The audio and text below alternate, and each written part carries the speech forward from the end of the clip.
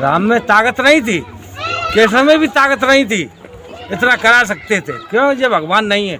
भगवान न कभी जन्मता है न मरता है, वो तो सदा हमारा कायम रहता है।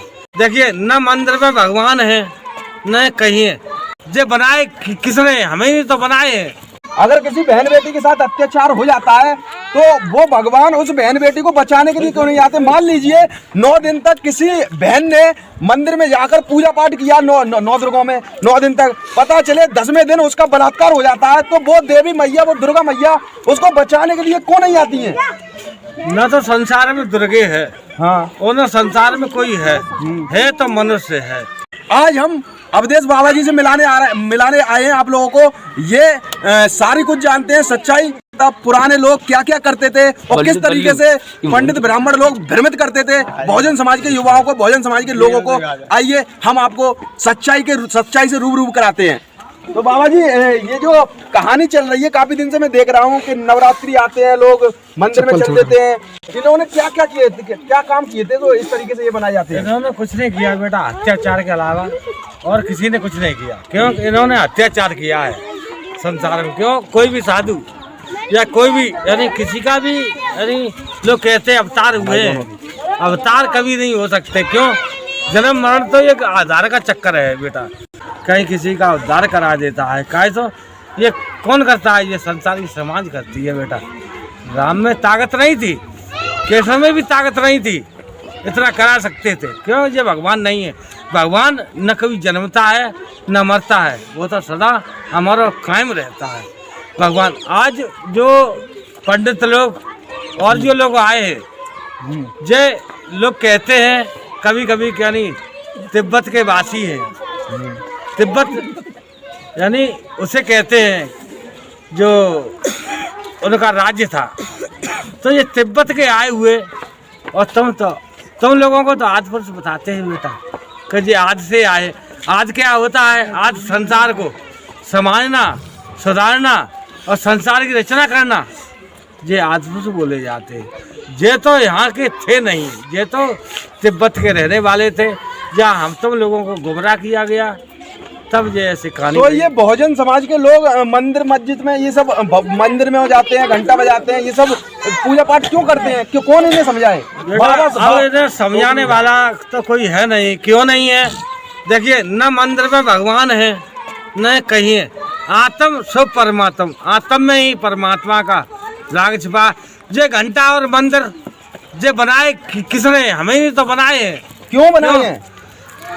जैसे किसी की मूर्ति है, आज हम फोटो पे खींच लेते हैं, तो फोटो पे खींचने के बाद और उसमें लात धर के बनाते हैं, क्या वो भगवान है? आपने भी एक रुद्राक्षी माला पैर रखी है, अंदर छुपा रखी है। हाँ, वो अंदर छुपा रखी है, वो माला नहीं है। निकालो, इसको निकालो बाहर। ये देखो, बाबा जी भी रुद्राक्षी माला पहनते हैं। ये रुद्राक्ष नहीं है, इसे वैजयंती बोलते हैं। अच्छा। क्यों? इसे हम पैदा करते हैं और इसे हम लोगों को देते हैं, इसका भाव है। क्यों? तो हम पूछना ये चाहते हैं, ये लोग मंदिर मस्जिद में, ये लोग मंदिरों में जाते हैं, पूजा करते हैं, तो इन्हें कुछ मिलता है नहीं है? अगर किसी बहन बेटी के साथ अत्याचार हो जाता है, तो वो भगवान उस बहन बेटी को बचाने के लिए क्यों नहीं आते? मान लीजिए 9 दिन तक किसी बहन ने मंदिर में जाकर पूजा पाठ किया, नौ दुर्गों में 9 दिन तक, पता चले 10वें दिन उसका बलात्कार हो जाता है, तो वो देवी मैया, वो दुर्गा मैया उसको बचाने के लिए क्यों नहीं आती हैं? न तो संसार में दुर्गे है, हाँ, और न संसार में कोई है तो मनुष्य है। अगर जिसके अंतःकरण में भाव है, भावना है, वही बचा सकता है बेटा, उसे ही भगवान।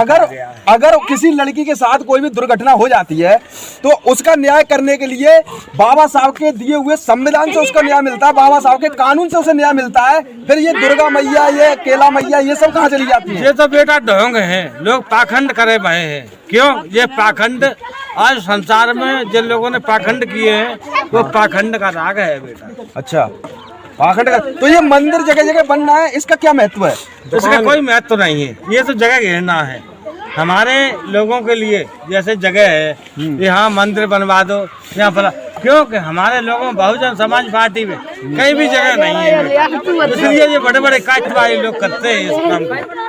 जो बड़ी बड़ी काटते हैं वो करते हैं बेटा, छोटे अच्छा, काटने वाले नहीं कर पाते। कहने का मतलब जनरल कैटेगरी वाले ये जगह की जमीन घेरने के लिए। हाँ, तो फिर ये तो कहते हैं इस मंदिर में आओ आपका कल्याण होगा, उस साधु वो के कुछ पास नहीं, वो तो पैसा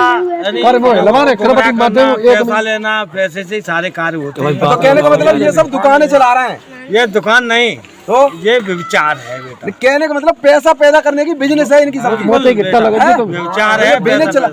तो आप अपना खर्चा कैसे चलाते हो, आप कैसे बिजनेस करते हो? बेटा मैं तो पल्लेदारी करता हूँ, मजदूरी करता हूँ, आप तो कुछ भी करे आता हूँ। अच्छा, मजदूरी करते हो, मेहनत मजदूरी करके कमाते हो। तो आपको किसी मंदिर में जो दान दक्षिणा आती है, मंदिर में जो पैसा वैसा आता है, उसमें कुछ हिस्सेदारी नहीं मिलती? नहीं बेटा, अब मैं हिस्सेदारी नहीं लेता हूँ। क्यों नहीं लेता हूँ? कि वो गलत है, पैसा हराम का है, मेहनत का खाना चाहिए। तो इसका मतलब ये मंदिरों में जो साधु संत महात्मा जी लोग बैठे हैं, जितने भी ये जो पैसे टका जितने भी करोड़ 2 करोड़ आते हैं, ये सब खा जाते हैं? बेटा ये बिल्कुल खाते हैं, अपने घर भी बेचते हैं, ये हराम ही है। अच्छा, क्यों? मेहनत करके खाइए और मेहनत से फल पाइए। आप अपने परमात्मा को मानते हो, क्यों? कि बीज मान सब तरह का शाखा पात्र फूल पर छाया, सो आत्मा में है परमात्मा, जीव ब्रह्म, अपनी आत्मा ही में परमात्मा है। अच्छा, तो इन्हें अपने को तो मानिए। अच्छा, तो मैं ये पूछना चाहता हूँ, ये अपने बहुजन समाज के युवा हैं, नए नए बच्चे हैं, इनको किस दिशा में ले जाना चाहते हो? इस यानी ये दिशा यानी शिक्षित दिशा में जाना चाहिए, क्योंकि ये नहीं अपने को स्वयं खुद मानना चाहिए और दूसरे को समझाना चाहिए, क्योंकि हमारी समाज समझे कि बाकी में। तो समाज को सुधारने के लिए, समाज को समझाने के लिए आप क्या करोगे? भाई मैं तो समझ आता हूँ, मगर ये बच्चे नए नहीं मानते। क्या समझाते? अंदर मंदिर में तो नहीं जाते। क्या समझाते? ये समझाते आपने अभी तक कितने बच्चों को समझाया कि शिक्षा प्राप्त करनी चाहिए? बेटा मैंने तो मेरे बच्चों को समझाया, आज भी कहता हूँ हर बच्चों को समझाना चाहिए। कितने बच्चों को समझाया? मैंने कम से कम ना तो 100-200 बच्चों को समझाया, गाँव आल गाँव हर जगह यही कहता हूँ मैं। बहुत नहीं, पढ़ो लिखो बेटा, पढ़ो लिखो और शिक्षा सोचना चाहिए, शिक्षा को भी देखना चाहिए। अच्छा, यानी हमारे अंतःकरण में आज तक हम तुम देखिए धक्का खाते आए, चले आए, लोग गुमराह करते आए, तरफ देखो, फिर क्यों? यानी ऐसी बात होना चाहिए। अच्छा, तो कहने का मतलब आपका ये शिक्षा के रास्ते पर चलना चाहिए। बाबा साहब के बताए हुए 3 मंत्र, शिक्षित बनो, संगठित रहो, संघर्ष करो। अगर आप लोग इस 3 मंत्र के हिसाब से चलोगे, 3 मंत्र के हिसाब से जिंदगी काटोगे, तो आप में कभी भी विपत्ति नहीं आएगी, आप में कभी भी कोई हानि नहीं होगी, आप कोई भी परेशानी से नहीं जूझोगे।